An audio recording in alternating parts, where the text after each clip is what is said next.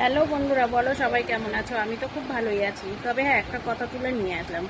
আমার একজনের কমেন্টে আমাকে বলছে যে দিদি ভাই আপনি কেমন আছো? তা আমি বললাম ভালো আছি।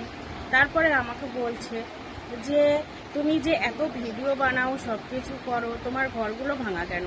তা আমি সেখানে উত্তর দিলাম, ঘরের সঙ্গে কোনো সম্পর্ক আসে না, মানুষটার হিসেবেই সম্পর্ক আসে।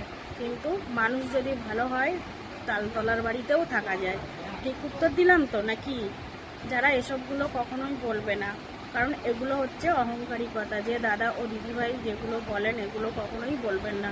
সবাইকে ভালো সম্মান দেবেন, কুড়ে ঘর হলেও সেটা কর, একটা রাজপ্রাসাদ সাজালেও সেটা কর, কিন্তু সবাই একসঙ্গেই থাকা আমাদের উচিত। আর এই সব কথা বলে কাউকে ছোট করবে না। আমি ভাঙা ঘরে আছি তা কি আছে, আমি অনেক সুখীতে আছি, অনেক ভালো আছি। যেখানে হোক একদিকে